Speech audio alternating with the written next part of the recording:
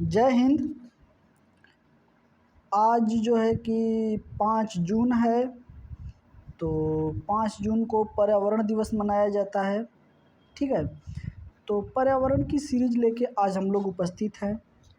तो सीरीज को बाद में देखेंगे। पहले एक पर्यावरण जो है, पर्यावरण दिवस है, तो पर्यावरण दिवस पे कुछ बात कर लेते हैं। उससे पहले एक कोटेशन है, कोटेशन को हो जाने के बाद फिर हम लोग उस पर बात करते हैं। फिर उसके बाद हम लोग आज के क्वेश्चन देखेंगे। ठीक है, तो कोटेशन है कि अभी सूरज नहीं डूबा, अभी सूरज नहीं डूबा, जरा सी शाम होने दो, मैं खुद लौट आऊँगा, मुझे नाकाम होने दो।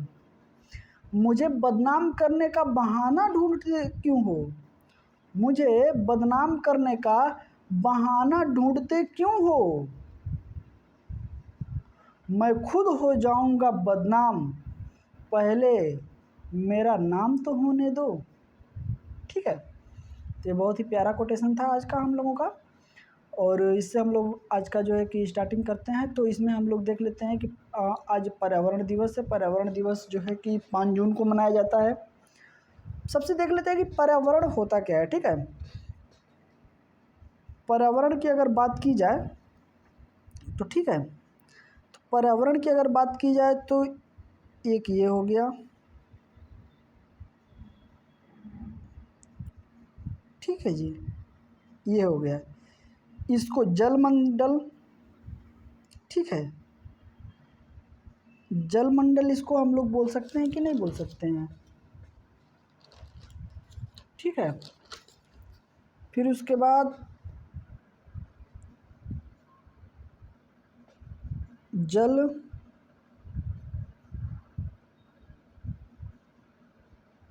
वायु, वायुमंडल हो गया। और इसको हम लोग बोल सकते हैं स्थल मंडल।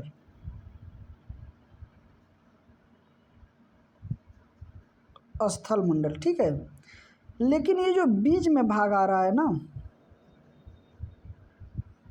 ये जो पूरा भाग जो आ रहा है, ये जो पूरा भाग आ रहा है, ये वाला भाग, ठीक है, इस भाग को हम लोग कहते हैं, इस भाग को हम लोग क्या कहते हैं, तो इसको हम लोग कहते हैं जैवमंडल। क्या बोलते हैं? जैवमंडल। ठीक है, जैवमंडल बोलते हैं। ठीक है, ये पर्यावरण है। तो पर्यावरण जो होता है, हमारे चारों तरफ जितने भी जो भी चीज़ें पाई जाती हैं उसको जो है कि पर्यावरण बोलते हैं। ठीक है, और ये हमारे जीवन पे बहुत ही ज़्यादा असर डालता है। पर्यावरण का जो सेंस है वो 1972 में स्टॉकहोम कन्वेंशन, स्टॉकहोम एक जगह है, स्वीडन की राजधानी है स्टॉकहोम।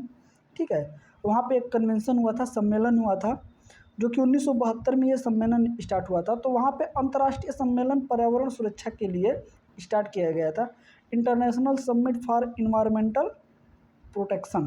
ठीक है, तो इसमें क्या है ना कि उसमें यूएनईपी की स्थापना की गई। ठीक है, यूनाइटेड नेशन इन्वायरमेंटल प्रोग्राम की वहाँ पे क्या किया गया, तो स्थापना किया गया। ठीक है, और उसी को पर्यावरण सुरक्षा का मैग्ना कार्टा बोला जाता है। किसको बोला जाता है? तो स्टॉकहोम सम्मेलन को, स्टॉकहोम कन्वेंशन को मैग्ना कार्टा बोला जाता है। ठीक है, पर्यावरण का सुरक्षा, वहीं से पर्यावरण की जो है नींव पड़ी थी पर्यावरण को। ठीक है, तो वहाँ से पर्यावरण दिवस मनाया जाता है हर साल। पर्यावरण दिवस की सबको हार्दिक शुभकामनाएं। और उसी के साथ हम लोग लेके जो सीरीज उपस्थित है पर्यावरण की, तो उसमें हम लोग आज जो है कि क्वेश्चन देखते हैं आगे। तो पहला क्वेश्चन बिना देर किए हुए, तो पहला क्वेश्चन हम लोगों का कह रहा है कि पृथ्वी के वायुमंडल में आयन मंडल कहलाने वाली परत रेडियो संरचना को सुसाध्य बनाती है। ठीक है, सुसाध्य बनाती है। ठीक है, तो क्यों? तो जो है कि पहले में दिया है कि ओजोन की उपस्थिति रेडियो तरंग को पृथ्वी की ओर परावर्तित करती है। बिल्कुल गलत। पृथ्वी की ओर परावर्तित नहीं करती है, रोकती है पृथ्वी पर आने से, ठीक है। ये परावर्तित करती है, तो ये पहला ही गलत हो गया। दूसरा कह रहा है कि रेडियो तरंग की तरंग दैर्घ्य अति दीर्घ होती है। जी बिल्कुल गलत। तो ऑप्शन दिया है कि केवल एक, केवल दो, एक दो दोनों, और दिया है कि इनमें से कोई नहीं। तो इस द राइट आंसर हम लोगों का हो जाएगा डी, इनमें से कोई नहीं, ठीक है। आइए बढ़ते हैं अगले क्वेश्चन की तरफ। अगला क्वेश्चन हम लोगों को कह रहा है कि भूमिगत जल को प्रदूषित करने वाले अजैविक कारक, ठीक है।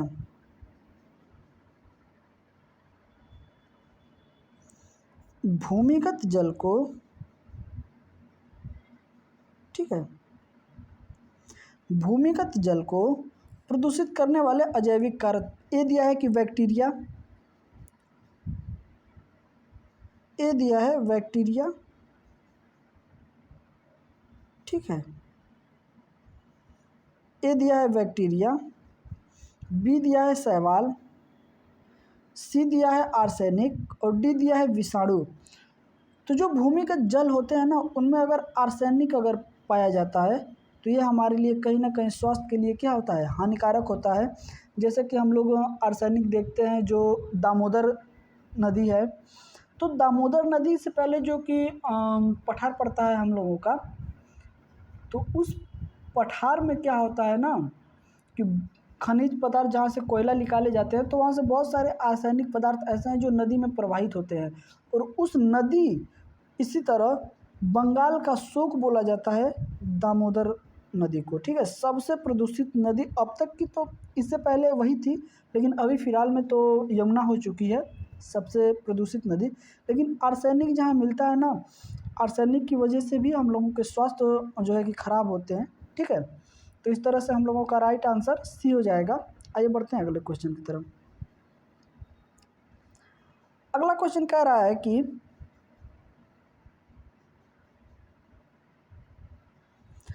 अगला क्वेश्चन हम लोग कर रहे हैं कि लाइकेन सबसे अच्छा सूचक है किसका, वायु प्रदूषण के, जल प्रदूषण के, मृदा प्रदूषण के, ध्वनि प्रदूषण के। तो लाइकेन जो होती है ना, ये जल, किसको, जल प्रदूषित करता है, ये सबसे अच्छा सूचक है उसका।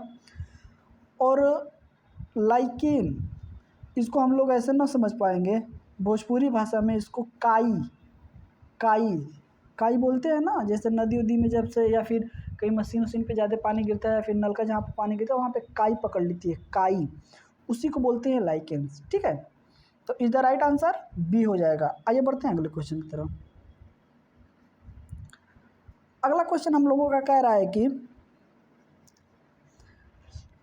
अगला क्वेश्चन कह रहा है कि यदि पृथ्वी पर पाई जाने वाली वनस्पतियां, पेड़ पौधे समाप्त हो जाए तो किस गैस की कमी हो जाएगी। आपको भी पता है कि अगर वनस्पतियां और पेड़ पौधे अगर समाप्त हो जाए तो ऑक्सीजन की कमी हो जाएगी, ठीक है। इस द राइट आंसर डी हो जाएगा। ऑक्सीजन की क्या हो जाएगी, कमी हो जाएगी।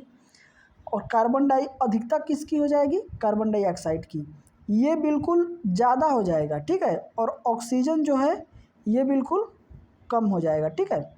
इस चीज़ को याद रखिएगा, ऑक्सीजन बिल्कुल कम हो जाएगा और कार्बन डाइऑक्साइड जो है कि बढ़ जाएगा पृथ्वी पे, अगर वनस्पति पेड़ पौधे अगर समाप्त हो जाए तो, ठीक है। और अभी हम लोग इसी की तरफ बढ़ रहे हैं, क्योंकि पेड़ तो हम लोग एक भी ना लगा रहे हैं, लेकिन कटाई बिल्कुल ज़ोर शोर से कर रहे हैं। तो हम ये नहीं कह रहे हैं कि पेड़ काटना गलत बात है, लेकिन आप पेड़ काटिए, लेकिन जैसे हम एक पेड़ अगर उसको काट रहे हैं ना, तो हम लोगों को चाहिए कि 2 पेड़ लगा दे, ताकि पर्यावरण जो है वो संतुलन अपने अवस्था में बना रहे। अगर पर्यावरण को हानि पहुंचाएंगे तो प्राकृतिक के साथ खेल होगा, और प्राकृतिक जब हमारे साथ खेलेगी तो बहुत ही भयंकर विनाशकारी आती है, ठीक है। तो कार्बन डाइऑक्साइड की अधिकता हो जाएगी, ऑक्सीजन जो है ख़त्म हो जाएगा। तो इससे हम लोगों का राइट आंसर हो जाएगा डी। आइए बढ़ते हैं अगले क्वेश्चन की तरफ।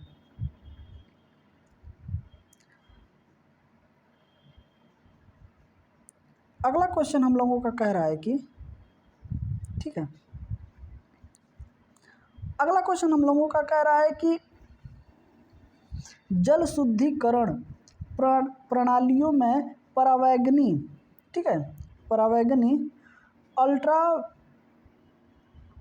वायलेट, ठीक है, भी यूवी विकिरण की क्या भूमिका है, ठीक है, क्या भूमिका है।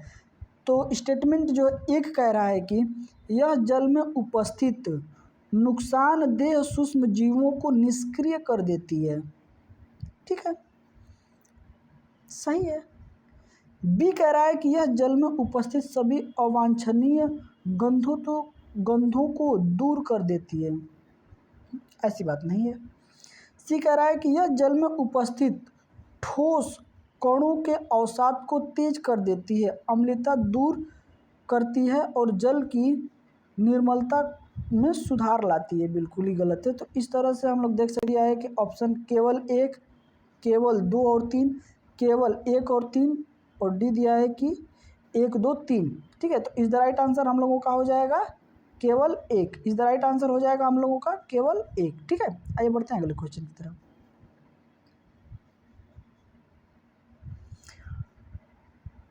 अगला क्वेश्चन हम लोगों का कह रहा है कि, ठीक है,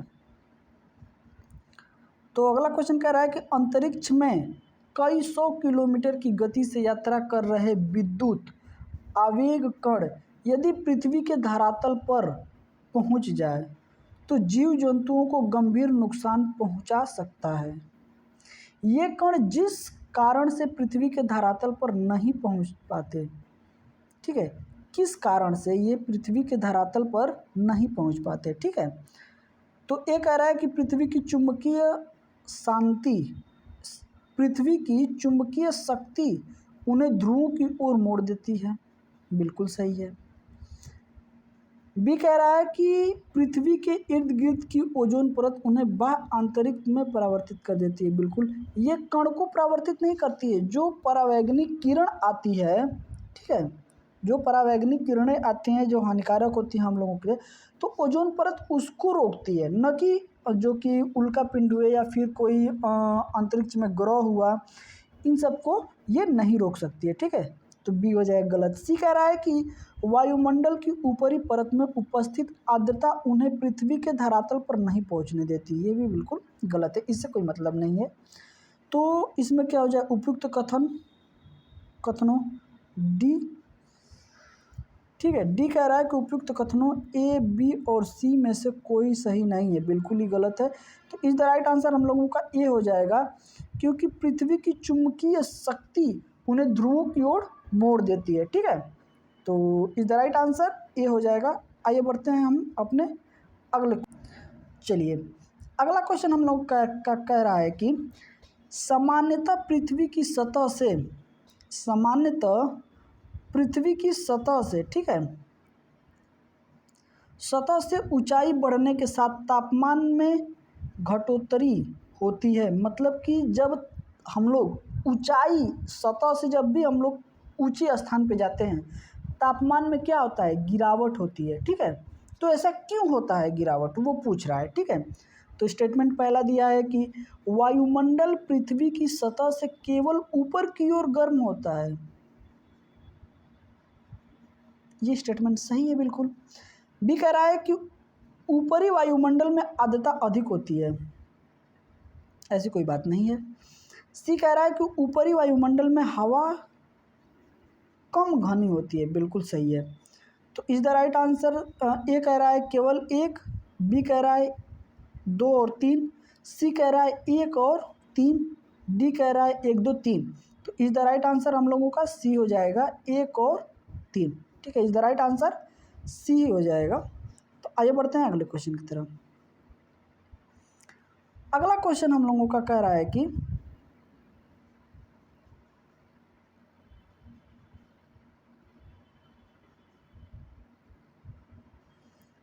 अगला क्वेश्चन हम लोगों का 9 नंबर है, नहीं 8 नंबर होगा ना, सॉरी 8 नंबर हम लोगों का क्वेश्चन कह रहा है कि किसी जगह के फ्लोरा तथा फना सूचित करता है, ठीक है, क्या पेड़ पौधे एवं जीव जंतुओं को, बी कह रहा है मछलियों एवं पेड़ पौधों को, सी कह रहा है जंतुओं एवं मछलियों को, डी कह रहा है पक्षियों एवं पेड़ पौधों को। ये किसको सूचित करता है? पेड़ पौधे एवं जंतुओं को। ठीक है, इज द राइट आंसर जो हम लोगों का हो जाएगा ए। ठीक है, ये 2014 का यूपी टेट में पूछा गया है क्वेश्चन। ठीक है, इसका राइट आंसर क्या हो जाएगा? ए, पेड़ पौधे एवं जंतुओं को। ठीक है, आइए बढ़ते हैं अगले क्वेश्चन की तरफ।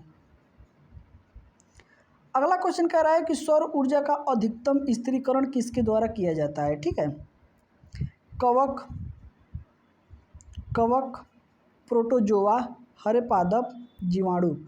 तो सौर ऊर्जा का अधिकतम स्थिरीकरण जो होता है वो हरे पादपों के द्वारा किया जाता है, क्योंकि अगर पेड़ में हरे पत्ते नहीं रहेंगे तो जितने भी ऊर्जा हमको मिलती है, सूर्य से जो ऊर्जा आती है, हम डायरेक्ट नहीं उसको हम लोग ले सकते हैं, उसको किसी न किसी अन्य रूप में लिया जाता है। तो वो ऊर्जा जो सूर्य से आती है वो सबसे पहले पेड़ पौधे, घास फूस होती है वो लोग लेते हैं।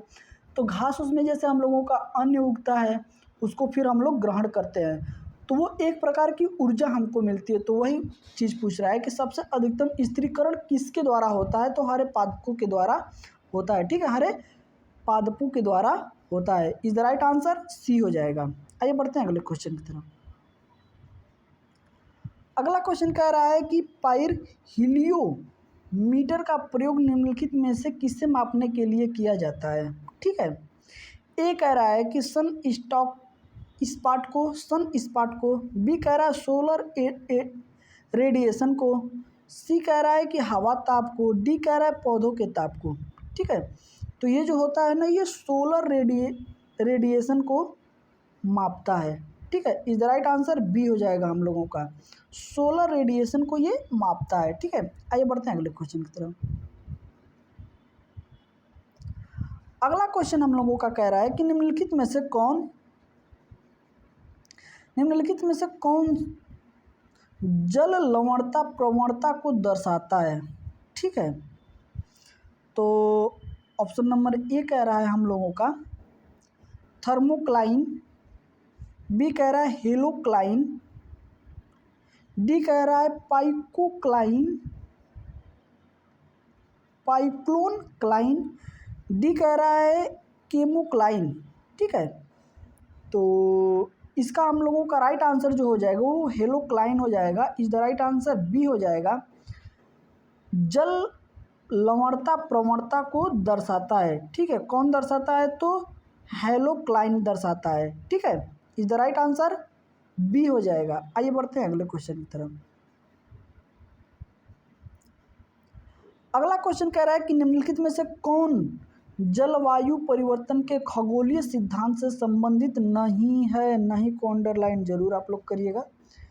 ए कह रहा है कि पृथ्वी की कक्षा की उत्कीर्णता अंडाकार कक्षीय मार्ग। ठीक है, बी कह रहा है कि पृथ्वी की घूर्णन अंश की त्रियकता मतलब झुकाव, सी कह रहा है कि विषुवत आयन पृथ्वी की सूर्य से अपसौर या उपसौर की स्थिति, डी कह रहा है सौर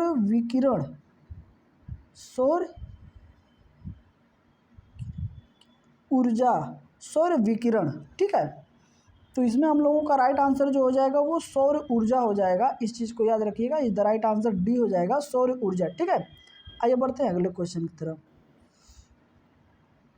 अगला क्वेश्चन हम लोगों का कह रहा है कि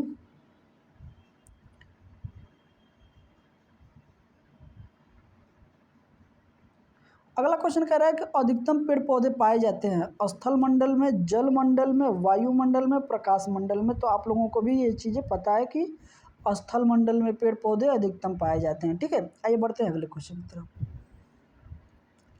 अगला क्वेश्चन कह रहा है कि एक भौगोलिक क्षेत्र में सभी पारिस्थितिकीय तंत्रों को एक साथ लेकर एक अधिक बड़ी यूनिट भाग बनाते हैं, उसको क्या बोलते हैं? तो आप लोगों को भी पता है कि जैवमंडल, ये हम क्वेश्चन इसी सीरीज में, पर्यावरण की सीरीज में ही हम इसको 2 बार इस क्वेश्चन को करा चुके हैं। ठीक है, और जैवमंडल बोलते हैं। ठीक है, इसलिए इसमें ज़्यादा समय ना बर्बाद करेंगे। आइए बढ़ते हैं अगले क्वेश्चन की तरफ।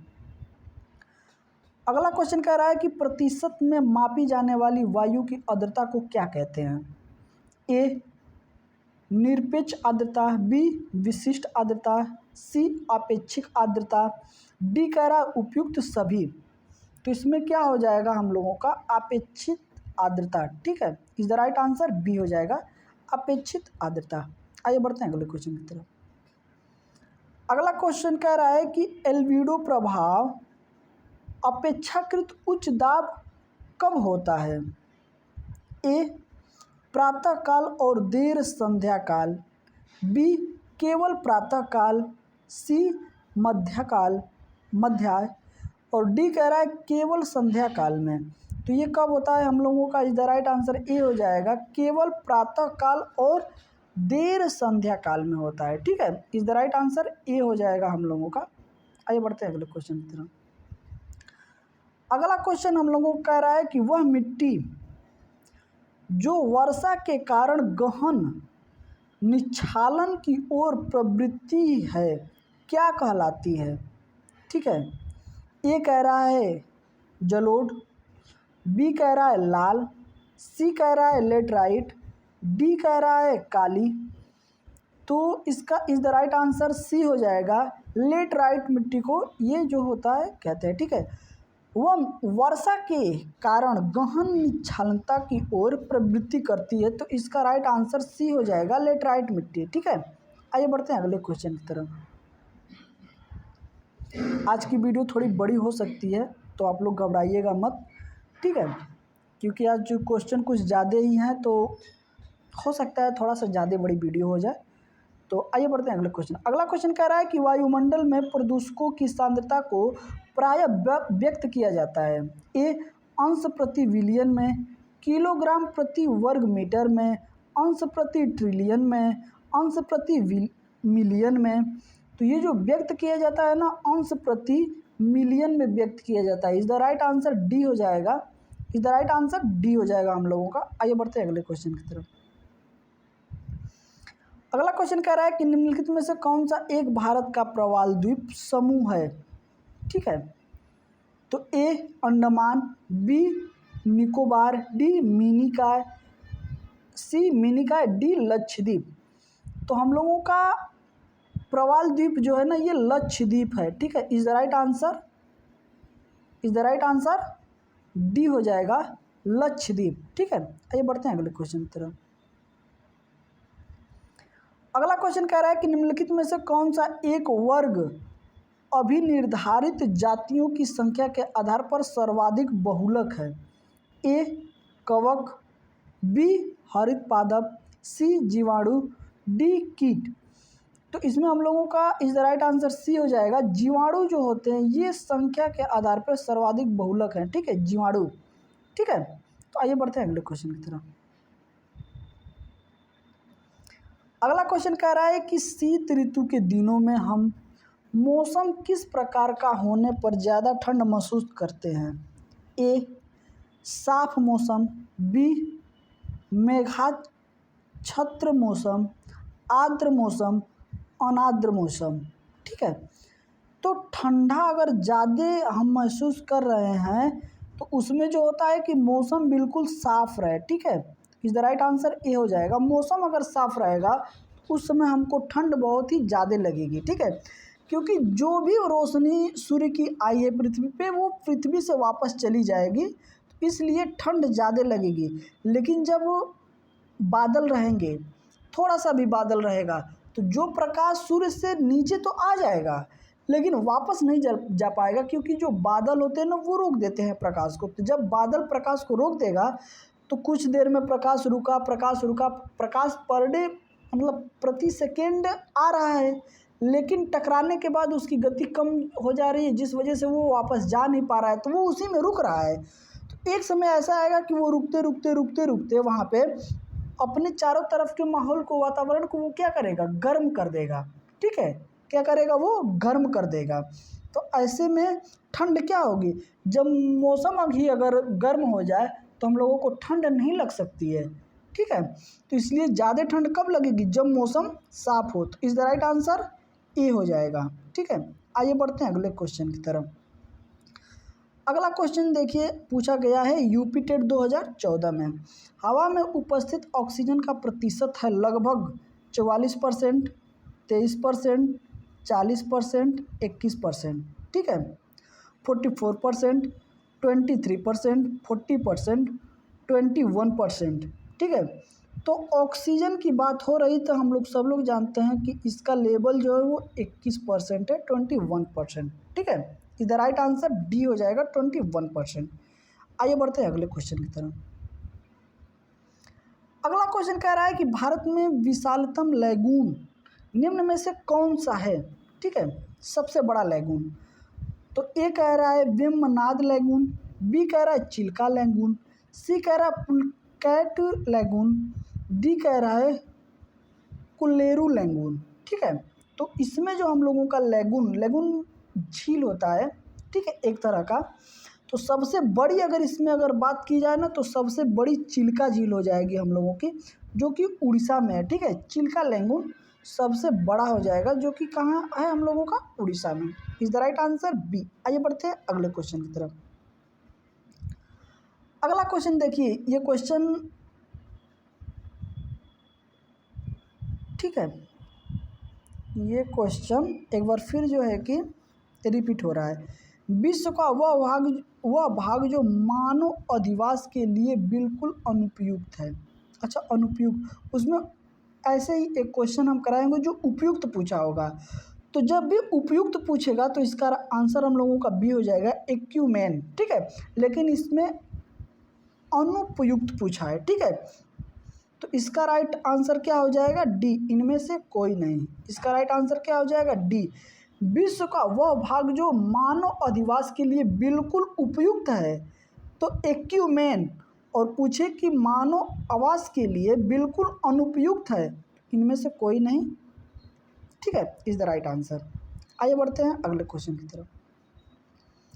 अगला क्वेश्चन कह रहा है कि प्रकाश पोषक तत्वों एवं स्थानों की प्राप्ति हेतु निम्नलिखित में से किसमें सर्वाधिक आपसी प्रतिस्पर्धा पाई जाती है। ए कह रहा है कि विभिन्न निके, ठीक है। बी कह रहा है कि क्षेत्रों में रहने वाले समुदाय जो एक दूसरे से काफ़ी नज़दीक रहते हैं। सी कह रहा है एक ही आवास में दूर दूर रहने वाले जैविक समुदाय। डी कह रहा है विभिन्न निके क्षेत्र में रहने वाले भिन्न भिन्न जैविक समुदाय के मध्य। तो हम लोग जब भी जानते हैं कि नज़दीकी जो चीज़ रहती है वो ज़्यादा होती है, ठीक है। तो इस द राइट आंसर हम लोगों का बी हो जाएगा कि क्षेत्रों में रहने वाले वे समुदाय जो एक दूसरे से काफ़ी क्या हैं, नज़दीक हैं, ठीक है। इस द राइट आंसर बी हो जाएगा। आइए बढ़ते हैं अगले क्वेश्चन की तरफ। अगला क्वेश्चन हम लोगों का कह रहा है कि समुद्री पारिस्थितिकी के किस वर्ग में जैव निम्नीकरण का कार्य सर्वाधिक होता है, ठीक है। जूप्लांक्टन, फाइटोप्लैंक्टन, मछली, समुद्री पक्षी। तो ये किस में सबसे ज़्यादा होता है, तो फाइटोप्लैंक्टन में ज़्यादा होता है, ठीक है, सर्वाधिक होता है। तो आइए बढ़ते हैं अगले क्वेश्चन की तरफ। अगला क्वेश्चन कह रहा है कि किसी समुद्री परितंत्र की उत्पादकता में वृद्धि उसके जल के निचले स्तर से ऊपरी स्तर में आने के कारण होती है। जल स्तर के नीचे से कुछ ऊपर आने की क्रिया उपलब्धता को निम्न में से किस रूप में व्यक्त या सहायता करते हैं, ठीक है। तो ए कह रहा है अपघटत सूक्ष्म जीव का समुद्री सतह पर आना, पोषक तत्वों की समुद्री सतह पर जमाव, निचले स्तर के सूक्ष्म जीवों का ऊपरी सतह पर जमाव, ठीक है। तो इसमें इस द राइट आंसर बी हो जाएगा हम लोगों का। तो 1 2 2 2 3, सिर्फ 3। तो इस द राइट आंसर बी हो जाएगा, सिर्फ 2 इसमें जो है वो सही है, ठीक है। आइए बढ़ते हैं अगले क्वेश्चन की तरफ। अगला क्वेश्चन कह रहा है कि लवण जो जल का अवशोषण करता है कहलाता है, क्या कहलाता है। हाइग्रोस्कोपिक लवण, एनाइड्रीस लवण, हाइड्रोफिलिक लवण, हाइड्रोफिलिक लवण, हाइड्रोफोबिक लवण, ठीक है। इस द राइट आंसर इसका हो जाएगा ए, हाइग्रोस्कोपिक लवण। इस द राइट आंसर क्या हो जाएगा, ए हो जाएगा, हाइग्रोस्कोपिक लवण, ठीक है। तो आइए बढ़ते हैं अगले क्वेश्चन की तरफ। अगला क्वेश्चन हम लोगों का कह रहा है कि पर्यावरण प्रतिफल है जैविक तत्व का, भौतिक तत्व का और जैविक तत्व का उपयुक्त में से सभी का। तो ये क्या हो जाएगा, सभी का हो जाएगा, ठीक है, उपयुक्त में से सभी का। आइए बढ़ते हैं अगले क्वेश्चन की तरफ। अगला क्वेश्चन कह रहा है कि महाद्वीपों के अंतः स्थानों का वार्षिक ताप परिसर तटीय क्षेत्र की अपेक्षा अधिक होता है, इसके क्या कारण है। ए कह रहा है, एक नंबर कह रहा है कि भूमि और जल के बीच तापीय अंतर। बी कह रहा है कि महाद्वीपों और महासागरों के बीच तुगंधता में अंतर। 3 का नंबर कह रहा है कि अंत स्थलों में तेज पवन की विद्यमानता। 4 कह रहा है कि तटों की अपेक्षा अंत स्थलों में होने वाली भारी वर्षा। ठीक है, तो 3 भी गलत है, 4 भी गलत है, 2 भी गलत है। ठीक है, इसका राइट आंसर ए हो जाएगा। तो केवल एक हम लोगों का इसमें सही हो जाएगा, केवल एक। ठीक है, आइए बढ़ते हैं अगले क्वेश्चन की तरफ। अगला क्वेश्चन हम लोगों का कह रहा है कि पौधे का विशिष्ट रूप में विकास को प्रभावित करने वाली स्थितियों के नाम बताइए। जलवायविक पत्तियाँ, मृदा स्थिति, पर्यावरणीय स्थितियाँ, सामाजिक स्थितियाँ। ठीक है, तो इसका जो हो जाएगा वो क्या हो जाएगा, is the right answer A हो जाएगा, जलवायविक स्थितियाँ। ठीक है, जलवायविक स्थितियाँ is the right answer A हो जाएगा। आइए बढ़ते हैं अगले क्वेश्चन की तरफ। अगला क्वेश्चन कह रहा है कि तड़ित झंझा के दौरान आकाश में तड़ित किसके कितने द्वारा उत्पन्न होते हैं। ठीक है, ये कह रहा है आकाश में काफ़ी वर्षा मेघों के मिलने से, तड़ित से जो वर्षा मेघों को पृथक करती है। 3 नंबर कह रहा है कि हवा में और जल कणों को ऊपर की ओर तीव्र चलने में। ठीक है, तो दिए गए कूट का सही प्रयोग करके सही उत्तर छांटना है। तो केवल 1, केवल 1, 2, केवल 1, 3, उपयुक्त में से कोई नहीं। ठीक है, इसका इज द राइट आंसर हम लोगों का डी हो जाएगा, उपयुक्त में से कोई नहीं। ठीक है, is the right answer D हो जाएगा। आइए बढ़ते हैं अगले क्वेश्चन की तरफ। अगला क्वेश्चन कह रहा है कि आर्द्रता नापने के लिए किस उपकरण का प्रयोग किया जाता है। पवन वेग मापी, हाइग्रोमीटर, थर्मामीटर, सूर्य विकिरण मापी। इज द राइट आंसर हम लोगों का क्या हो जाएगा, आर्द्रता के लिए hygrometer. Is the right answer hygrometer. ठीक है, आइए बढ़ते हैं अगले क्वेश्चन की तरफ। अगला क्वेश्चन हम लोगों का कह रहा है कि प्रवाल भित्तियां समुद्र प्रतिरूप है। प्रवाल भित्तियां समुद्र प्रतिरूप हैं। ऑप्शन नंबर ए शीतोष्ण वन की, सवाना वन की, उष्णकटिबंधीय वर्षा वनों की, गुल्म वन की। ठीक है, तो इसका इज द राइट आंसर हो जाएगा उष्णकटिबंधीय वर्षा वन की। ठीक है, उष्णकटिबंधीय वर्षा वन की is the right answer C हो जाएगा। आइए बढ़ते हैं अगले क्वेश्चन की तरफ। अगला क्वेश्चन कह रहा है कि सूर्य के हानिकारक किरणों से पृथ्वी को कौन सा स्तर सुरक्षित रहता है। आयन मंडल, ओजोन मंडल, सौर मंडल, चुंबक मंडल। ठीक है, तो इस द राइट आंसर हम लोगों का बी हो जाएगा, ओजोन मंडल। ठीक है, ये सुरक्षित रहता है। आइए बढ़ते हैं अगले क्वेश्चन की तरफ। अगला क्वेश्चन कह रहा है कि जलवायु चरम है, वर्षा कम है और लोग जलवासी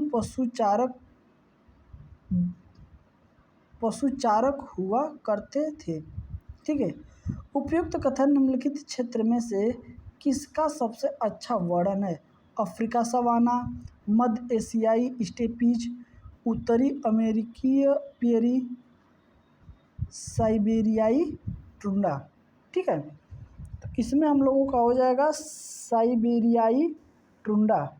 ठीक है, टुंडा, साइबेरियाई टुंडा। ठीक है, आइए बढ़ते हैं अगले क्वेश्चन की तरफ। अगला क्वेश्चन कह रहा है कि फसली पौधों पर खरपतवार के प्रभाव के नियम में नीचे दिए गए कथनों का अध्ययन कीजिए। तो एक नंबर दिया है कि ये फसली पौधे की अयोग्य वृद्धि में सहयोग करता है। ये कटाई में बाधा उत्पन्न करता है। ठीक है।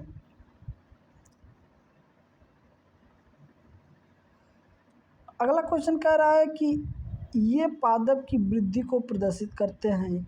ये फसली पादप से जल, पोषक, स्थान व तथा प्रकाश के लिए प्रतिस्पर्धा करते हैं। ठीक है। तो इसमें जो है हम लोगों का राइट आंसर सी हो जाएगा। ये पादपों की वृद्धि को प्रभावित करते हैं। ठीक है। Is the right answer. अरे नहीं, इसमें उत्तर मिलान करना है ना, तो इसमें सही कथन छांटना है। तो 2, 3 और 4, केवल 4, 3, 2, 1, 1, 2, 4। इज द राइट आंसर हम लोगों का हो जाएगा 2, 3, 4। ठीक है। आइए बढ़ते हैं अगले क्वेश्चन की तरफ। अगला क्वेश्चन कह रहा है कि वायुमंडल में निम्नलिखित में से किसके उत्सर्जन में अम्लीय वर्षा होती है। ऑप्शन नंबर ए नाइट्रोजन तथा sulphur dioxide, option number B CO2 तथा carbon monoxide, option number C ozone तथा CO2 के कारण, डी कह रहा है कार्बन मोनोऑक्साइड तथा नाइट्रोजन के कारण। ठीक है। तो इस द राइट आंसर हम लोगों का ए हो जाएगा, नाइट्रोजन तथा सल्फर डाइऑक्साइड के कारण होता है। ठीक है। आइए बढ़ते हैं अगले क्वेश्चन की तरफ।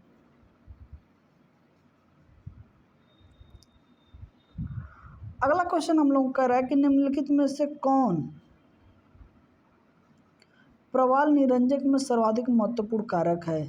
ए प्रवाल शैलों का खनन, प्रवाल रोगों का फैलना, सागरी जल में अवसाद का जमाव, वैश्विक उष्मन।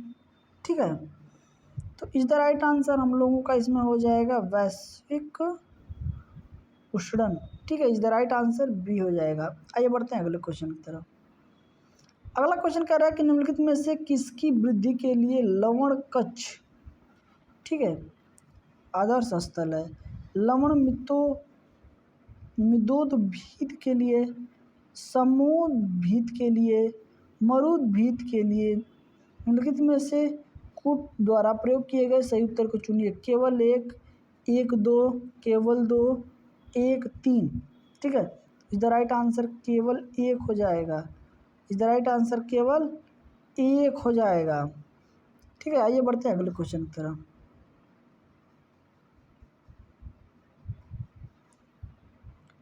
अगला क्वेश्चन हम लोग कह रहा है कि मरुस्थल में उगने वाले पौधे होते हैं।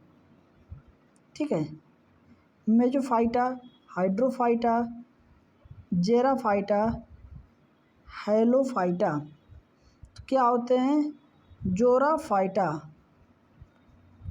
जोराफाइटस। ठीक है। Is the right answer C. आइए बढ़ते हैं अगले क्वेश्चन की तरफ। अगला क्वेश्चन कह रहा है कि वायुमंडल का वह क्षेत्र जिसमें बादलों का बनना, बिजली कड़कड़ाना, तूफानों व आंधियों का होना पाया जाता है, तो ये किस में पाया जाता है? समताप मंडल, सौरमंडल, मध्यमंडल, आयनमंडल। तो ये किस में पाया जाता है? सौरमंडल में। ठीक है। इज राइट आंसर बी हो जाएगा। आइए बढ़ते हैं अगले क्वेश्चन की तरफ। अगला क्वेश्चन कह रहा है कि लवणीय मृदा में उगने वाले पादपों को कहते हैं हेलोफाइटा,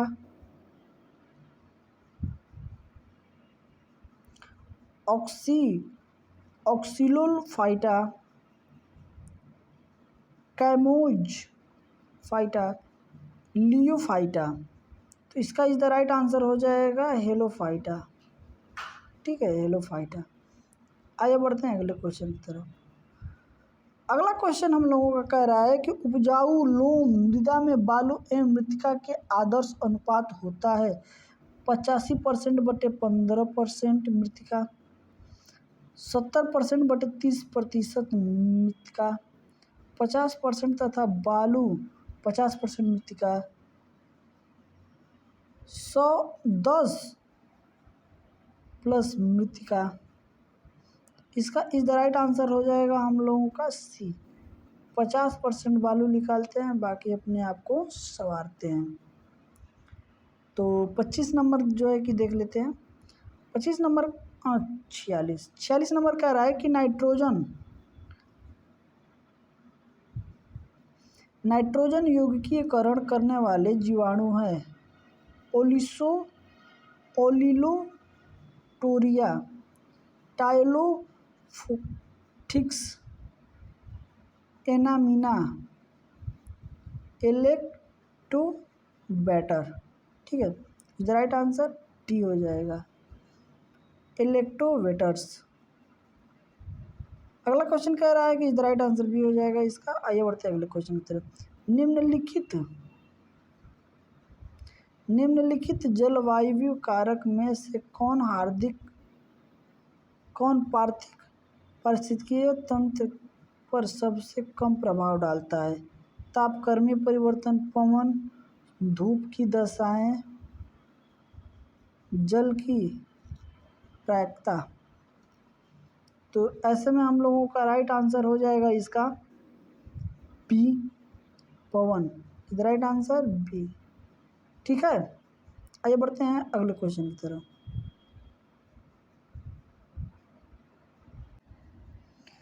ठीक है, अगला क्वेश्चन कह रहा है कि भूतल पर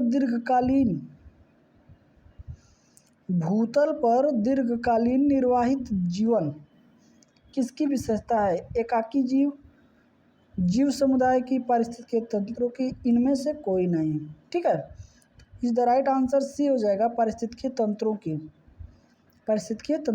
इज द राइट आंसर सी।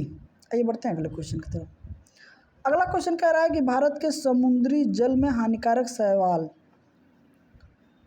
प्रस्फुटन में हो रही वृद्धि पर चिंता व्यक्त की गई।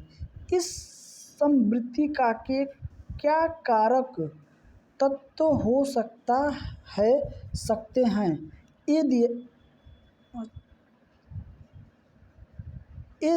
इसमें स्टेटमेंट ए है कि ज्वार नदमुख से पोषकों का प्रसार।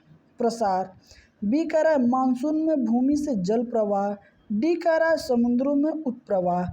निम्नलिखित कूटों के आधार पर सही उत्तर का चयन करिए। ठीक है, केवल एक, 2, 2, 3, 1, 2, 3। तो इसका इज द राइट आंसर हो जाएगा 1, 2, 3। 1, 2, 3 तीनों स्टेटमेंट जो है ये बिल्कुल सही है। ठीक है, is the right answer D हो जाएगा। आइए बढ़ते हैं अगले क्वेश्चन की तरफ। अगला क्वेश्चन कह रहा है कि विश्व पर्यावरण सुविधा का आरंभ हुआ था। विश्व पर्यावरण सुविधा का आरंभ हुआ था, कब हुआ था? तो 1985 में। इज द राइट आंसर 1985 में। ठीक है,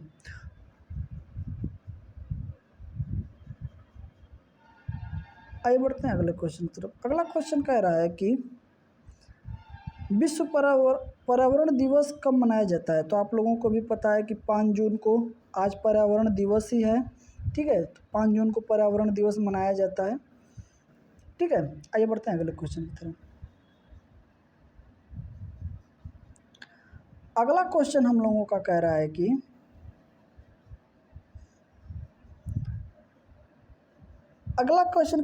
पर्यावरण से अभिप्राय है। ठीक है, ए भूमि, जल, वायु, पौधे एवं पशुओं की प्राकृतिक दुनिया जो इनके चारों ओर अस्तित्व में है। बी कह रहा है उन्हीं संपूर्ण दशाओं का योग जो व्यक्ति को एक समय बिंदु पर घेरे हुए होती है। सी कह रहा है कि भौतिक, जैविक एवं सांस्कृतिक तत्वों की अंतःक्रिया व्यवस्था जो अंतः संबंधित होते हैं। ठीक है, और डी कह रहा है उपयुक्त में से सभी। तो ये क्या हो जाएगा? उपयुक्त में से सभी। Is the right answer D हो जाएगा। आइए बढ़ते हैं अगले क्वेश्चन की तरफ। अगला क्वेश्चन कह रहा है कि निम्नलिखित वृक्षों में से कौन सा एक वृक्ष पर्यावरणीय संकट माना जाता है? ए बबूल, बी अमरतास, सी नीम, डी यूकेलिप्टस। ठीक है, तो ये हो जाएगा is the right answer eucalyptus. Eucalyptus जो है ये पर्यावरण के लिए संकट माना जाता है। ठीक है, आइए बढ़ते हैं अगले क्वेश्चन की तरफ। अगला क्वेश्चन हम लोगों का कह रहा है कि न्यून पोषक सांद्रता वाले जलाशय हैं वेंचांचल क्षेत्र, अल्पपोषी क्षेत्र, वैंथिक क्षेत्र, नीतल क्षेत्र में, ठीक है।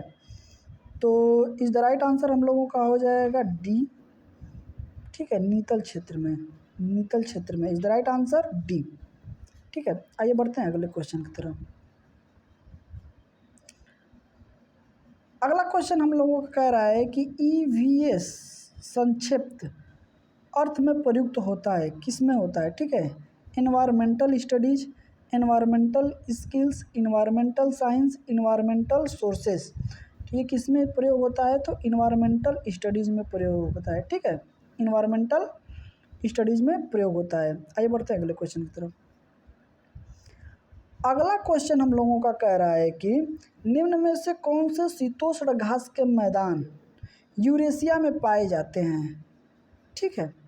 डाउन्स, वेल्स, स्टेपीज, पेरी, तो इसमें हम लोगों का राइट आंसर सी हो जाएगा, स्टेपीज। और ये जो क्षेत्र है, स्टेपीज वाला जो क्षेत्र है यूरेशिया में, जो कि ये इस समय दोनों ही देश में युद्ध चल रहा है, उसी के बीच आता है ये क्षेत्र। एक तरफ होता है हम लोगों का यूक्रेन और दूसरे तरफ हम लोगों का क्षेत्र जो है ये है, ठीक है, रूस। इन दोनों के बीच में एक जो मैदान पड़ता है, एक जो क्षेत्र होता है, उसको हम लोग बोलते हैं स्टेपीज के घास का मैदान। इसी में एक भी पेड़, इस क्षेत्र में जो स्टेपीज का मैदान है, जो एरिया है, उस एरिया में एक भी पौधे नहीं हैं, पेड़ एक भी पेड़ वहाँ पे नहीं है, ठीक है। इसीलिए यहाँ पे गेहूँ, जो कि ठंडा दोनों प्रदेश है, ठंडे में क्या होता है, गेहूँ यहाँ पे बहुत ज़्यादा मात्रा में क्या होता है, उत्पन्न होता है। इसीलिए युद्ध के चलते इस समय जो युद्ध हो रहे हैं यूक्रेन में और रूस में, तो रूस जो है यूक्रेन पे जो है कि हमला कर दिया है, आप लोगों को भी पता है। तो इसके वजह से जो उसका यूक्रेन का जो निचला हिस्सा है ना, जो समुद्र का, उस पे जो है रूस कब्जा कर लिया है और यहाँ से किसी भी पोर्ट को, किसी भी जहाज़ को ये जाने नहीं दे रहा है। तो अभी क्या है कि यूक्रेन के तरफ से गेहूं का खेप जो भी बाहर जाता है वो बंद हो चुका है। तो यहाँ से गेहूं के संकट बहुत ज़्यादा उत्पन्न हो रहे हैं, ठीक है। और रूस का कहना ये है कि हम यहाँ से तभी हटाएंगे अपना, जो कि समुद्र पे जो बंदरगाह है रूस का, यूक्रेन का, वहाँ पे रूस कब्जा किया है। इसका कहने का मतलब है कि जो भी हमारे ऊपर प्रतिबंध लगाया है अमेरिका या जितने भी देश मिलकर हमारे ऊपर प्रतिबंध लगाए हैं, उस प्रतिबंध को हटा लिया जाए, तब हम यहाँ से हटेंगे। जब हटेंगे तभी गेहूँ मिलेगा। इसीलिए अंतर्राष्ट्रीय लेवल पे गेहूं का कीमत बहुत ही तेज़ी से वृद्धि कर रहा है, बहुत ही तेज़ी से क्या कर रहा है, वृद्धि कर रहा है, ठीक है। इसीलिए हिंदुस्तान ये सब देखते हुए अपने यहाँ भी गेहूं के खेप में, मतलब गेहूं के निर्यात में रोक लगा दिया है कि हमारा भी जो गेहूं है ये विदेश में अब नहीं जाएगा। ये मोदी सरकार की जो है कि निर्णय है, ठीक है। तो इसके बारे में हम कभी और वीडियो बना के समझा देंगे कि ये कैसे कैसे है, लेकिन अभी जो इसका आंसर है ना, वो स्टेपीज हो जाएगा, ठीक है। इसका आंसर क्या हो जाएगा, स्टेपीज हो जाएगा, ठीक है। आइए बढ़ते हैं अगले क्वेश्चन की तरफ। अगला क्वेश्चन कह रहा है कि वायुदाब सबसे कम होता है शीत ऋतु में, बसंत ऋतु में, शरद ऋतु में, ग्रीष्म ऋतु में। तो सबसे कम अगर वायुदाब जो होता है ना, ये कब होता है, ग्रीष्म ऋतु में, ठीक है। इज द राइट आंसर ग्रीष्म ऋतु। आइए बढ़ते हैं अगले क्वेश्चन की तरफ। अगला क्वेश्चन हम लोगों का रुक अगला क्वेश्चन हम लोगों का कह रहा है कि निम्नलिखित में से किनमें प्रवाल भित्ति है, ठीक है। अंडमान और निकोबार द्वीप समूह, ठीक है, ठीक है, अंडमान निकोबार द्वीप समूह। दूसरा कह रहा है कच्छ की खाड़ी, तीसरा कह रहा है मन्नार की खाड़ी, चौथा कह रहा है सुंदरवन, ठीक है। तो अब कह रहा है कि दिए गए कूटों में जो है कि मिलान करना है, ठीक है, सही उत्तर। तो अंडमान वाला भी हो जाएगा और मन्नार की खाड़ी भी हो जाएगा। तो एक और तीन, एक और तीन, एक और तीन, तो is the right answer C हो जाएगा, एक और तीन, is the right answer C हो जाएगा, ठीक है। आइए बढ़ते हैं अगले क्वेश्चन की तरफ। अगला क्वेश्चन हम लोगों का कह रहा है कि भारत में मृदा अपक्षय समस्या निम्नलिखित में से किससे किनसे संबंधित है? वैदिका ऋषि कृषि, वनोन्मूलन, उन्मूलन, उष्णकटिबंधीय जलवायु। ठीक है, तो इसमें जो हो जाएगा किससे है, तो वनो उन्मूलन से। Is the right answer B हो जाएगा, वनो उन्मूलन से। ठीक है, द राइट आंसर बी हो जाएगा। ये बढ़ते हैं अगले क्वेश्चन की तरफ। अगला क्वेश्चन कह रहा है कि पवनों का मौसमी उत्क्रमणीय किसका प्रारूपी अभिलक्षण है? भूमध्य रेखीय जलवायु, भूमध्य सागरीय जलवायु, मानसूनी जलवायु, उपयुक्त में सभी। तो ये किसका है? मानसूनी जलवायु। Is the right answer C हो जाएगा, मानसूनी जलवायु। ठीक है, आइए बढ़ते हैं अगले क्वेश्चन की तरफ। ये लास्ट क्वेश्चन है इस सीरीज का। वीडियो ये काफ़ी लंबी हो गई है, इससे आप लोग परेशान मत होइएगा, लेकिन काफ़ी अच्छे अच्छे क्वेश्चन इसमें थे। ठीक है, तो आइए देखते हैं हम लोग कि क्या कह रहा है ये क्वेश्चन। इस सीरीज का लास्ट है। कह रहा है कि लाइकेन जो एक नग्न चट्टान पर भी पारिस्थितिकीय अनुक्रम को प्रारंभ करने में सक्षम है, वास्तव में किसके सजीव सहचार्य है? शैवाल और जीवाणु, शैवाल और कवक, जीवाणु और कवक, कवक और मांस। ठीक है, तो ये किसका है? शैवाल और कवक का। Is the right answer B हो जाएगा, शैवाल और कवक का। ठीक है, तो आज की सीरीज हम लोग यहीं स्टॉप करते हैं, जो कि रोज़ की अपेक्षा आज क्वेश्चन ज़्यादा थे। रोज़ जो होता है हम कराते हैं तो लगभग 35-40 क्वेश्चन रहते हैं, आज उसका सीधा दुगना हो गया है, तो समय भी थोड़ा सा लग गया है। तो इस चीज़ को मैनेज करते हुए आप लोग सीरीज कैसी लगी आप लोग ज़रूर कमेंट करिएगा। आप लोगों इसमें जो भी 60 क्वेश्चन चला है सीरीज, इस सीरीज में आप लोगों का कितना क्वेश्चन सही हुआ है ये हमको कमेंट करके बताइएगा, अच्छा लगेगा। तो ये सारी चीज़ें देखते हुए अब जो है कि हम नेक्स्ट अगले दिन नई सीरीज के साथ आप लोगों के साथ रूबरू हो गए। तब तक के लिए जय हिंद।